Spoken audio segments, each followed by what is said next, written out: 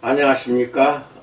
어제는 영지주의에 대해서 그리고 기타 여러가지 초대교회 때 이단 사이비 종교들에 대해서 말씀을 드렸습니다. 오늘은 기독교 철학에 이제 접근을 해 나가는데 먼저 왜 철학이 필요한가에 대해서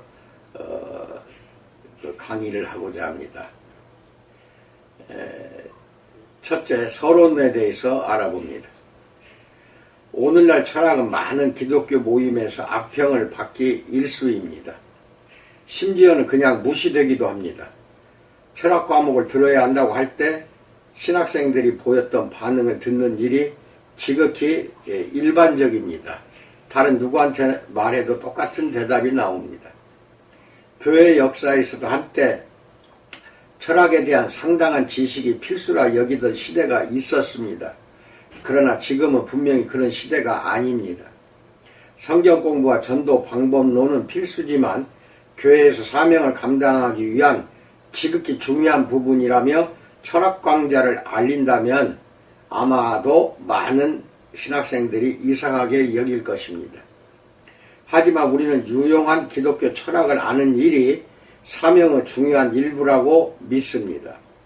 만일 교회의 사명을 우리 문화가 그리스도와 깊이 만나는 일을 활성화하는 것으로 본다면 특히 더 그렇습니다.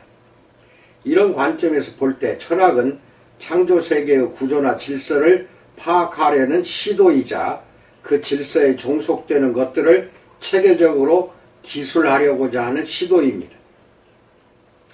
기독교 철학의 특별한 점은 우리 삶 전체를 하나님과 구별된 피조물로 연구한다는 것입니다. 사도신경에서는 성경의 창조 교리를 요약해서 이렇게 진술합니다. 전능하사 천지를 만드신 하나님 아버지를 믿사오며 이렇게 처음에 나옵니다.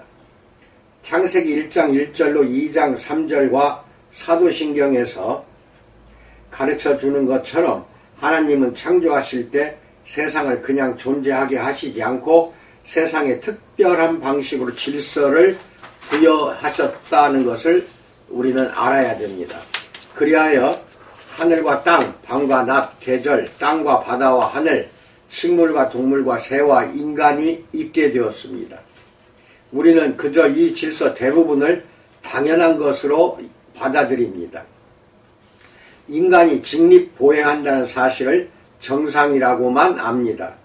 따라서 어떤 이가 군인이 훈련을 통해 배운 식으로 포복하며 교회에 들어온다면 놀라고 이상하게 여길 것입니다. 중력이 존재하지 않는 듯 행동할 수는 있겠지만 높은 빌딩에서 창문 밖으로 뛰어내린다면 창조 질서는 그 힘을 결코 애매하지 않은 방식으로 보여줄 것입니다. 물론 하나님이 창조에 부여하신 질서는 이런 종류의 자연 질서보다 훨씬 복잡합니다. 창세기 1장에서 3장은 하나님의 질서가 남성과 여성, 결혼, 농사로 그리고 하나님과 관계하는 방식과 동물들과 관계하는 방식으로 확장됨을 알려줍니다. 실제로 창조 교리는 창조 세계의 만물이 하나님에게서 오듯이 모든 것이 하나님의 명령, 오더라고 하고 다른 말로는 질서입니다. 그 명령에 복종함을 가르쳐 줍니다. 19세기 네덜란드의 수상이며 신학자 언론인 목사였던 아브라함 카이퍼는 그 사실을 아주 분명히 깨달았습니다. 우리 인간의 삶 전 영역에 만유의 주제이신 그리스도께서 내 것이라 외치지 않는 곳은 한치도 없다라고 말하고 있습니다. 호기심이 철학의 주요 동기이긴 하지만 기독교 철학을 움직이는 가장 강력한 정서는 경외심일 것입니다. 우리는 하나님의 질서가 창조시의 다음과 같은 것들에 임했다는 사실 앞에 압도됩니다. 1. 인간됨의 의미. 2. 역사와 역사적 발전. 3. 우리가 속한 사회를 체계화하는 방법이라는 의미에서의 문화. 4. 예술. 5. 사업과 경제. 6. 정치. 7. 스포츠와 여가. 8. 칭교, 9. 기타. 이 정도로도 하나님이 세우신 질서가 얼마나 넓고 포괄적인지 충분히 보여주기 어려운데, 타락하여 죄에 빠지는 일 역시 그만큼이나 인간이 하나님의 선한 창조 질서를 잘못 인도할 파멸적 가능성을 포괄합니다.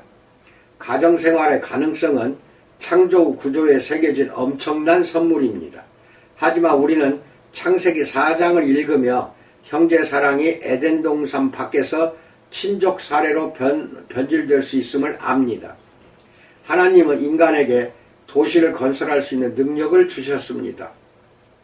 도시는 즐거움의 공간이자 인간 번영의 공간이자 하나님으로 가득한 공간이 될 수 있지만 우상 숭배의 금작탑인 바벨처럼 될 수도 있습니다. 창세기 11장을 보십시오. 인간은 비록 타락했지만 하나님의 세계를 가꾸기 위해 하나님이 주신 능력을 여전히 간직하고 있습니다. 우리는 그 속에서 창조의 복잡한 질서를 따라 살아갑니다. 계속해서 잘못된 방향으로 나아간 탓에 오늘날 삶의 여러 영역에서 하나님의 창조 세계를 위한 질서를 이해하려면 어려운 작업이 필요합니다. 앞으로 볼 것처럼 성경에서는 이를 발견하는 여정에서 꼭 필요한 실마리를 제공합니다. 모든 답을 주기보단 실마리를 제시합니다. 20세기 위대한 성조학자 레슬리 뉴비기는 다음과 같은 사실을 예리하게 집어냈습니다. 예수는 역사의 목적과 원천에 대한 실마리다 라고 그는 말합니다. 우리가 그 실마리인 그리스도를 무시한다면 최고로 어리석은 일을 저지르는 것이겠지만 또한 하나님이 만드신 삶의 모든 영역에서 그 실마리를 추구하는데 실패한다면 우리는 바보일 것입니다. 앞서 언급한 주제 가운데 아무 것이나 택해 보십시오. 성경에서 이 주제를 이야기한다는 사실을 여러분들은 보게 될 것입니다. 그러나 오늘날 우리가 하나님의 세계 속에서 실제로 그분을 위해 살아가려 할 때 성경에서는 우리가 필요한 종류의 세밀한 분석을 단 한 번도 제공하지 않는다는 사실도 알게 될 것입니다. 철학은 바로 해 아래 삶의 다양한 영역에 관련된 이 창조 질서에 대한 세밀한 분석을 탐구하는 일입니다. 두 번째, 그리스도인의 사명을 위한 철학의 중요성에 대해서 알아봅니다. 그 첫 번째, 변증학에 대해서 말씀드리겠습니다. 우리가 그리스도께로 회심하여 그분을 위해 살기 시작하면 이내 주변 사람들이 우리의 믿음에 대해 질문한다는 것을 알게 됩니다. 그런 일은 늘 있어 왔습니다. 그래서 베드로전서 3장 15절에서 우리 안에 있는 소망의 이유에 대해 대답할 준비를 할 필요가 있다라고 말합니다. 그 대답은 우리의 회심 내러티브와 그리스도가 우리에게 어떤 의미를 갖게 되었는지부터 믿음에 관한 엄격한 변호에 이르기까지 넓은 범위에 펼쳐질 것입니다. 이미 초기 교회도 그러했습니다. 숫자와 영향력이 커짐에 따라 적대하는 비난과 질문이 쏟아졌습니다. 초기 교회는 이에 응답하기 위해 그리스도인이 아닌 이웃이 이해할 수 있는 말로 믿음을 설명하고 변호할 필요가 있었습니다. 초기 기독교 사상가들이 자신의 신앙을 탄탄하고 명료하게 설명하고자 당시 철학에서 개념들을 차용하려 손을 뻗는 일은 불가피했습니다. 오늘날 서구에서는 그리스도인들이 흔히 그들을 적대하는 문화 속에서 소수가 되는 일이 점차 늘어나고 있습니다. 이런 상황에서는 우리의 신앙을 따라 살 뿐만 아니라 신앙을 설명하는 일이 중요합니다. 그리스도 안에서 사는 삶과 회심 내러티브가 갖는 강력한 능력을 결코 과소평가해서는 안 되지만 우리 믿음의 신빙성은 여전히 그것을 논리적으로 설명할 수 있는 능력에 달려 있습니다. 변증학 자체가 사람을 그리스도께 회심시킬 수는 없습니다. 회심은 성령의 역사입니다. 하지만 변증학은 때로 사전 복음 전도라고 부르는 과정을 통해 하나님이 회심을 하기 위해 하시는 정지 작업에 변증학이 사용될 수 있습니다. C.S. 루이스가 그리스도를 믿게 된 긴 과정을 떠올려 볼 수 있습니다. 그 최종 단계는 경험적이었지 그에게 기독교가 참이라는 사실이 입증되어 일어난 것은 아니었습니다. 루이스는 자신의 회심에 대해 쓴 예기치 못한 기쁨이라는 책에서 어떻게 그가 옥스포드에서 버스에 오를 때는 불신자였으나 신자가 되어 내리게 되었는지를 감동적으로 들려줍니다. 그의 실제 회심은 논리적인 것 훨씬 이상이었습니다. 하지만 회심에 앞서 엄청난 양의 성찰과 그리스도인 친구들과 했던 토론이 있었습니다. 루이스는 당연히 우리 시대의 가장 위대한 기독교 변증가 중 하나가 되는 길로 들어섰습니다. 루이스가 옥스퍼드 대학교에서 철학으로 1등을 했다는 사실은 잘 알려져 있지 않습니다. 그는 자신의 변증학을 발전시키는 데 철학을 매우 효과적으로 활용했습니다. 아내와 함께 스위스의 작은 마을 휴모즈에 라브리를 세운 프란시스 쉐퍼 이분에 대한 책은 번역되어 있어 많이 나와 있습니다. 전집으로 사서 읽어보시기 바랍니다. 쉐퍼는 동역자들과 함께 질문하고 진지하게 토론하기 위해 전 세계에서 모여든 그리스도인과 비그리스도인 학생들을 섬기는 국제적 사역을 벌였습니다. 이디시 쉐퍼는 테피스트리에서 라브리의 놀라운 이야기를 들려줍니다. 프란시스 쉐퍼가 했던 사역의 중심에는 환대하는 공동체와 변증학이 있었습니다. 쉐퍼의 사전 복음전도와 복음전도는 당대의 문화와 철학에 자신을 푹 빠뜨리는 일을 필요로 합니다. 많은 이가 라브리 사역을 통해 그리스도께 나왔고 많은 그리스도인이 문화와 철학을 진지하게 받아들여야 할 필요를 깨달았습니다. 변증학에는 분명 다양한 수준이 있을 것입니다. 당신에게 그리스도가 누구인지 증거하는 데서부터 이웃의 질문에 답하는 일, 지극히 엄밀한 수준에서 기독교 신앙을 학문적으로 옹호한 데까지 이르기까지 말입니다. 견고한 변증은 그리스도인이 모든 수준에서 활동하기를 요청합니다. 엘빈 플랜팅카의 인식론에 관한 권위 있는 3부작 중 셋째 책인 보증된 기독교 믿음이라는 책은 믿음에 관하여 최고 수준으로 학문적 변증을 한 예가 됩니다. 물론 다른 모든 그리스도인이 플랜티카처럼 철학자로 부름받지는 않았으며 철학자로 부름받은 이들이라도 소수만이 플랜팅카의 탁월한 수준에 도달할 수 있습니다. 그러나 기독교 철학의 기초적인 서론은 이웃의 질문에 답하는 데 도움을 줄 수 있습니다. 그리고 플랜티카처럼 기독교 철학자로 부름받은 이들은 최고의 학문적 수준으로 기독교의 신빙성을 증명하는 사례를 만듦으로써 중대한 역할을 할 수 있습니다. 두 번, 선교적 문화 참여에 대해서 알아봅니다. 선교는 문화 전반에 걸쳐 복음으로 씨름하는 일을 수반하며 성경 이야기와 우리 문화 이야기의 교차로에서 일어납니다. 이런 사실을 인지한다면 진지한 선교는 우리 문화에 대한 깊은 이해를 요구한다는 점이 분명해집니다. 여기서 또다시 철학이 큰 도움이 될 수 있습니다. 동성애 문제를 예로 들어봅니다.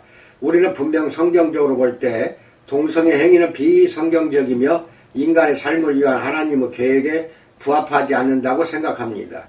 이 점에서 우리는 보수적 그리스도인들에게 전적으로 동의합니다. 하지만 이 관점으로 사회에 어떻게 관여할 것인가요?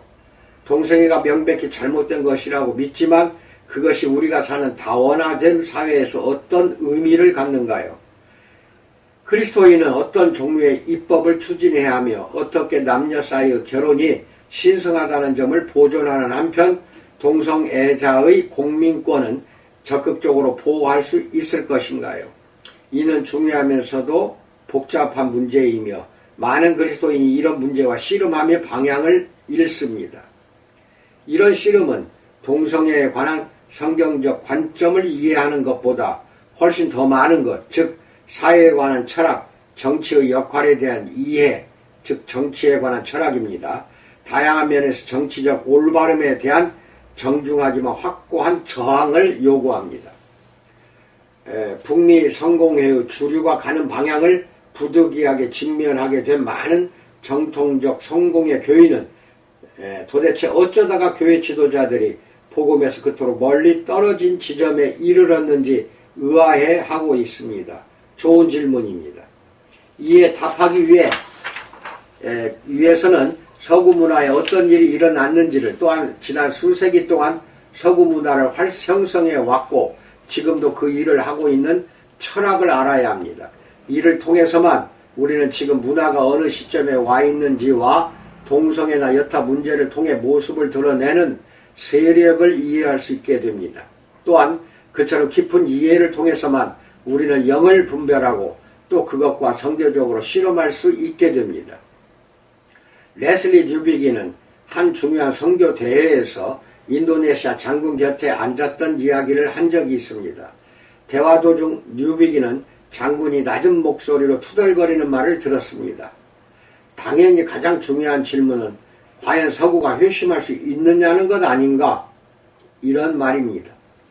뉴비기는 인도에서 약 40년을 선교사로 보낸 뒤 아내와 영국으로 돌아왔습니다. 그는 남은 생애 동안 서구 그리스도인들을 잠에서 깨워 그들 문턱에 있는 선교에 동참시키고자 최선을 다했습니다. 문화에 관한 문제는 그것이 물고기에 헤엄치는 물과 같다는 데 있습니다. 우리는 너무도 익숙해서 그것이 정상처럼 보입니다. 아주 다른 문화에 들어가 우리가 정상이고 기독교적이라고 여겨온 것이 꼭 그렇지만은 않다는 사실을 깨닫기 시작할 때까지 말입니다. 서구 그리스도인들은 시급히 그들이 몸담고 살아온 문화의 강점과 약점을 깊이 이해할 필요가 있습니다. 뉴비기는 그런 이해를 제공하기 위해 애썼습니다. 그의 주요 저수를 대충 읽어보아도 서구 문화에 대한 그런 선교적 접근과 분석에서 철학의 중심 역할이 무엇인지 보일 것입니다. 2. 철학과 기독교 학문에 대해서 알아봅니다. 대학은 결국 어떤 형태를 취하건 학생들이 평생 살아가면서 하는 일을 위해 그들을 준비시키는 형성 역할을 담당합니다. 근대의 중심에는 대학이 중립적, 객관적 학문과 교육을 제공한다는 관점이 있습니다. 근래 들어 이 관점이 짓밟히고 있기는 하지만 대중문화에서는 여전히 그리스도인, 비그리스도인 할 것 없이 그들 사이에서 맹위를 떨치고 있습니다. 근대가 학문에 대한 중립적, 객관적 접근이라 부르는 것은 실제로 전혀 그렇지 않습니다.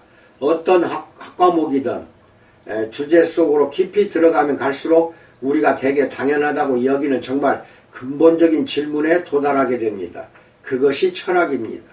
모든 주제의 기초에는 이런 근본적 질문들이 놓여 있습니다. 1. 이 주제의 영역에서 알문 어떻게 이루어지는가? 결과가 참된지 어떻게 신뢰할 수 있는가? 이는 인식론 문제이다. 2. 인간됨이란 무엇인가? 이는 인간론 문제이다. 3. 우리 주변 세계는 어떤 본성을 지니고 있는가? 이는 존재론 문제이다. 이 세 가지가 근본적 질문입니다. 이것들은 기초적 철학적 질문입니다. 우리는 이것들을 발사대 질문이라고 부르려고 합니다. 이것들이 모든 학문이 출발하는 기초이기 때문입니다. 그에 대한 답은 보통 당연하게 여겨집니다. 실제로 근대는 이 질문과 그에 대한 근대적 답이 학문에 끼친 영향을 은폐하는데 기득권을 행사해 왔습니다. 복음이 이 세 가지 질문에 답하는데 중대한 함의를 가진다는 사실과 기독교적 답변이 비기독교적 답변과는 다르게 주제를 형성하리라는 점이 한참 생각해야 알 수 있는 것은 아닙니다. 물론 이 사실을 알게 되면 어려운 작업이 시작됩니다. 인간에 대한 기독교적 관점, 과연 현대 심리학을 어떻게 형성하는가요? 복음은 경제나 법이나 의료나 교육에서, 또한 종교 연구에서 어떤 의미가 있는가요? 대학은 중세 기독교의 발명품입니다. 그러나 세월 지난 동안 서구 대학에서는 무언가 중대한 일이 벌어졌습니다. 대학은 문화의 발전에 발맞추어 철저히 세속화되었습니다. 전형적인 서구 대학에서 종교학과에는 신앙을 위한 자리가 있을지도 모르지만 다른 학문을 기독교적 관점에서 보고 씨름하려는 것은 대체로 말도 안 되는 일로 간주됩니다. 그러니 수년 전 역사가 조지 마즈던이 기독교적 학문 연구, 현대 학문 세계라는 제목의 도발적인 책을 쓴 것은 놀랄 일이 아닙니다. 물론 맞으더니 기독교 학문을 말도 안 된다고 생각하는 것은 아닙니다. 대부분 학자가 그렇게 생각한다는 사실을 인정한 것뿐입니다. 만일 우리가 성교를 진지하게 생각하고 그리스도인 학생들이 그리스도께서 그들을 부르신 삶의 모든 영역에서 그리스도를 섬기기 위해 훈련을 받는다는 사실에 진정으로 관심이 있다면 기독교 학문을 위한 전망을 회복해야 할 필요를 긴박하게 느껴야 합니다. 가장 잘나고 총명한 젊은 그리스도인들을 이 시대 최고의 세속학자들의 발 아래서 공부하도록 보내는 것으로는 문제를 해결할 수 없습니다. 모든 학과에 인류 기독교 학자가 필요합니다. 우리 학생들이 그들에게서 공부하도록 해야 합니다. 아니면 적어도 세속대학에서 공부하기 위한 준비를 갖추어 학생들이 자신이 다루는 과목에서 작동하는 큰 질문들을 발굴할 수 있도록 해 주어야 합니다. 좋은 것은 취하고 나쁜 것을 버리면서 자신이 택한 분야에 관한 기독교적 이해를 개발할 수 있는 능력을 갖추게 해야 합니다. 기독교 철학만으로는 이런 일을 할 수 없지만 기독교 철학은 문화와 그런 실험을 하기 위한 전법의 기초 요소입니다. 철학은 앞서 언급한 바로 그 기초적 질문들을 다룹니다. 기독교 철학의 틀은 학생이 세속주의에 대항할 수 있게 예방접종을 하는 먼 길을 동행하며 그가 다루는 해당 영역에서 기독교적 관점을 개발할 기초를 마련해 줄 것입니다. 대학에서 가르치는 과목은 빙산과 같습니다. 일반적으로 가르치는 것은 물 위에 있으며 소수 교수만이 학생들에게 물 아래에서 해당 과목을 형성하는 덩어리가 무엇인지 환기할 수 있는 전문성과 성향을 가지고 있습니다. 기독교 철학은 과목과 그 과목을 가르치는 방식도 알려주며 발사대 질문 그리고 답을 감지하는 학습을 통해 큰 도움을 주게 됩니다. 세 번째, 철학과 그리스도인의 삶에 대해서 알아봅니다. 어떤 사람들은 철학이 실제적이지 않다고 한다. 이 말보다 진실에서 먼 이야기는 없다라는 말이 있습니다. 앞서 말한 것처럼 모든 사람이 전문 철학자가 되어야 하는 것은 아닙니다. 모든 그리스도인이 전문 신학자가 되어야 하는 것이 아닌 것처럼 말입니다. 그러나 기독교 교리에 관한 기본 지식이 꼭 필요한 것처럼 기독교 철학에 관한 기본적 이해에는 엄청난 실제적 가치가 있습니다. 우리 사회는 특정 철학에 의해 형성되고 있습니다. 따라서 우리가 어떤 영역에 종사하건 철학에 관한 이해는 도움이 됩니다. 간호사와 의사를 예로 들어 봅시다. 국가 의료 체제를 가진 캐나다와 영국 같은 나라에서 의료종사 전문의는 한계점에 이르도록 혹사당하여 점점 더 기계적이고 비인격화되고 있습니다. 어쩌다 서구 의료가 이 지경이 되었는가요? 그리스도인은 그 속에서 어떻게 해야 하는가요? 의사는 자신이 믿는 기독교가 환자가 원하고 어쩌면 요구하는 진료 절차와 충돌할 때 무엇을 해야 하는가요? 기독교 철학과 의료 역사는 이런 체제 속에서 자신의 방향을 잡기 위한 출발점의 핵심 요소입니다. 이 둘은 최소한 현실이 꼭 이래야 하는 것은 아니라는 사실만큼은 알려줄 것입니다. 운동선수와 스포츠는 대단한 은사입니다. 많은 사람이 운동선수와 스포츠가 제공하는 오락을 즐깁니다. 그러나 우리가 사는 세상에서 그것들은 우상의 무대이기도 합니다. 많은 젊은이가 스포츠를 위한 삶에 내몰리고 있고 승리는 모든 것이 되었습니다. 스포츠 철학은 스포츠의 가치와 한계에 대하여 건강한 방향을 제공해주고 우리 세상은 종종 왜곡되는 영역에서 그리스도인이 건강한 방향으로 나아가도록 이끌 것입니다. 활력 넘치는 젊은이 사역자라면 성장하는 교회에서 젊은이 사역을 어떻게 개발하는 것이 최선일지 고민할 것입니다.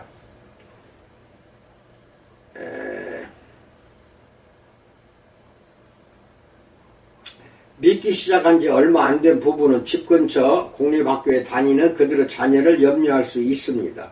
아이들의 말투나 행동이 점점 더 통제불능이 되어가기 때문입니다.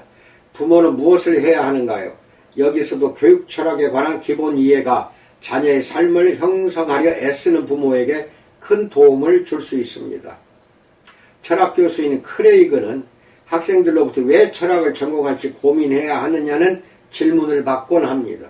철학을 전공해서 무엇을 할 것이며 대학 졸업 후 직장을 얻는데 철학 전공이 어떤 도움이 될 것인가. 유감스럽게도 우리 사회에서 철학자에 대한 수요가 높지 않은 것은 사실입니다. 고대 그리스에서 소피스트, 이 철학자입니다. 소피스트는 당대의 록스타와 같았고 자신이 제공하는 교습에 상당량의 수업료를 매길 수 있었습니다. 세상이 참 많이 변했습니다. 물론 철학자가 되려고 계획할 수 있고 그러려면 철학을 전공하는 것이 필수입니다. 하지만 철학을 전공하지 않는 학생이 좋은 기독교 철학과 수업을 받을 수 있다면 자신이 선택한 학과를 전공하면서 동시에 철학을 부전공하는 것도 좋은 계획입니다.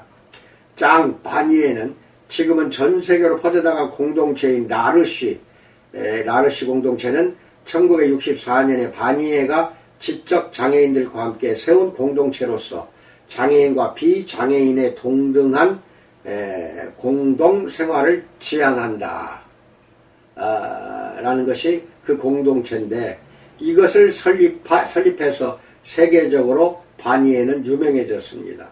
바니에가 아리스토텔레스 철학을 전공해서 철학 박사를 받았다는 것과 한창 나르시를 하는 중에 아리스토텔레스 철학의 가치를 다룬 책을 출판했다는 사실은 비교적 잘 알려져 있지 않습니다.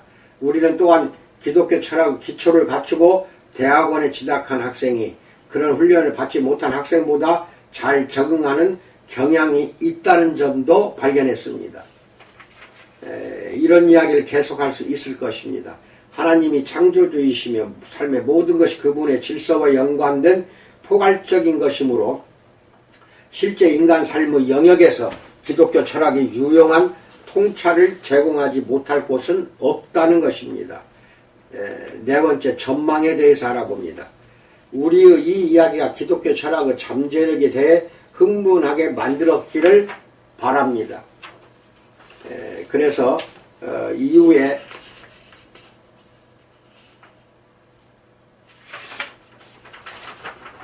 진행되는 수업은 우리가 성경의 권위를 아주 진지하게 받아들인다는 점을 분명히 하면서 성경과 기독교 세계관, 기독교 철학의 관계를 살펴볼 것입니다. 이런 접근은 우리로 하여금 신학생이 철학 입문에서 만나는 흔한 관점을 살펴볼 수 있게 할 것입니다. 오늘은 전반적으로 앞으로 할 기독교 철학에 대한 내용을 살펴보았습니다. 기독교 철학을 이제 진행해 나가기 전에 이제 서양 철학에 대한 여러 가지 내용들이 여러분에게 전개가 됩니다. 이것을 다 거쳐야 됩니다. 그리고 마지막에 가서 기독교 철학에 관한 내용들이 여러분에게 전문적으로 알려드리게 됩니다. 철학하면은 모두가 우습게 생각합니다. 하지만 우리 삶 전체에 스며들어 있는 것은 철학이 기반이 돼서 세계관이 형성이 되고 가치관이 형성이 돼서 우리를 이끌어 간다는 것을 알게 됩니다. 이 모든 것도 성령의 인도하심으로 이루어지는 것이라는 점을 분명히 알고 철학에 대해서 우습게 여기지 말고 잘 배우시기 바랍니다. 사랑하는 신학생들, 여러분의 가정과 섬기는 지교회에 우리 주님의 풍성한 복이 넘치기를 진심으로 축원드립니다. 감사합니다.